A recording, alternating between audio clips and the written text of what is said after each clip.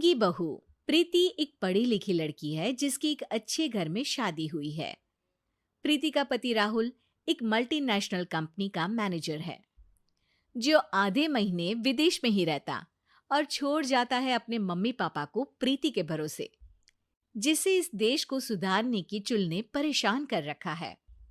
Mummy papa, कल एक dog vaccination का शिविर है तो मैं वहीं पूरा दिन रहूंगी। आप मेरे लिए खाना मत बनवाना। अरे बेटा प्रीति, वो बाई तो काम छोड़कर परसों ही जा चुकी।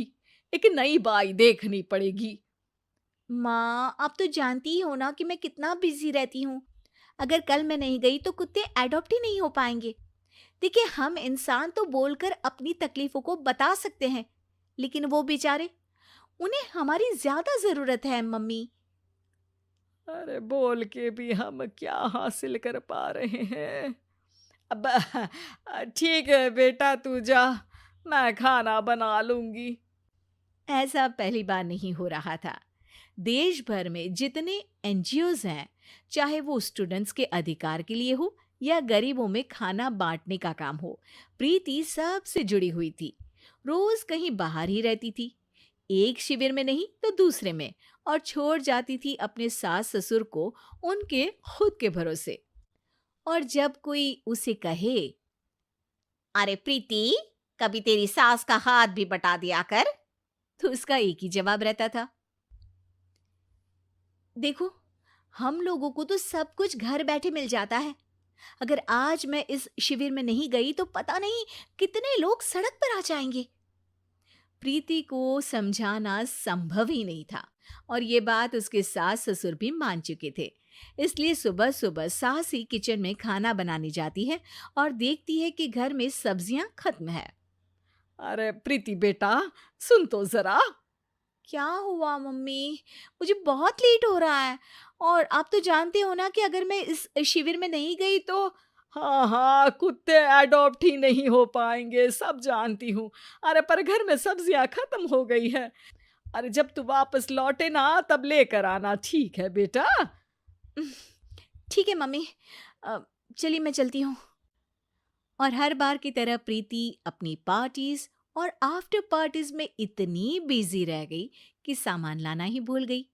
बात केवल सब्जियों की नहीं थी, लेकिन प्रीति हर रोज किसी नए शिविर में निकल जाती थी, अपने सास ससुर को अकेला छोड़कर। एक हफ्ते बाद प्रीति के ससुर जी के हाथ में दर्द होने लगा। अरे बेटा प्रीति, पापा जी के हाथ में बहुत दर्द हो रहा है। आज इनको डॉक्टर के पास लेकर जाना पड़ेगा। ठीक है माँ, आप हो आओ, मैं बाहर ही खा लूंगी। अरे बेटा, मैं कैसे ले जाऊं? ये काम तो हमेशा राहुल ही करता था और मुझे तो डर है कि कुछ ज्यादा बड़ी बीमारी ना हो जाए। उफ़ो, आज मुझे मेडिकल शिविर में जाना है। बेचारे बड़े बुजुर्ग जिनके अपने फैमिली वाले उनका ध्यान नहीं रखते, उनका पूरा मेडिकल चेकअप होगा। अगर मैं नहीं गई तो आप तो जानते ही हो, उनका चेकअप नहीं हो पाएगा। और हाँ बेटा, तू जा, मैं कुछ ना कुछ कर लूंगी। प्रीति के सास और ससुर दोनों ही काफी समय से प्रीति को समझाना चाह रहे थे कि उन्हें भी मदद की जरूरत है, लेकिन अब तो पानी सर के ऊपर जा चुका था। उधर प्रीति शिविर में पहुंचकर सबसे मिल रही थी। काफी भीड़ थी और प्रीति इंस्टाग्राम पर फोटोज अपडेट करे जा रही थी। तभी प्रीति की दोस्त रीना उसके पास दौड़ती हुई आती है। अरे प्रीति, जल्दी चल। अरे क्यों, क्या हुआ? अरे तू अभी सवाल मत पूछ और चल मेरे साथ। प्रीति रीना के साथ जाती है तो देखती है कि गरीब बुजुर्गों की लाइन में प्रीति के सास ससुर भी खड़े हैं। प्रीति को समझ में नहीं आता कि ये क्या चल रहा है। उसके ऑर्गेनाइजेशन में सबकी नजर उसके सास ससुर पर थी और प्रीति को लगा कि बात उसकी इज्जत पर आ गई है। माँ, पापा जी, आप दोनों यहाँ क्या कर रहे हैं? आप तो जानते हो कि ये शिविर गरीबों की मदद करने के लिए बनी है और आप इसका मजाक उड़ा रहे हैं इस तरह से लाइन में खड़े होकर। अरे बेटा, हम भले ही गरीब ना हो पर जरूरतमंद तो है ही।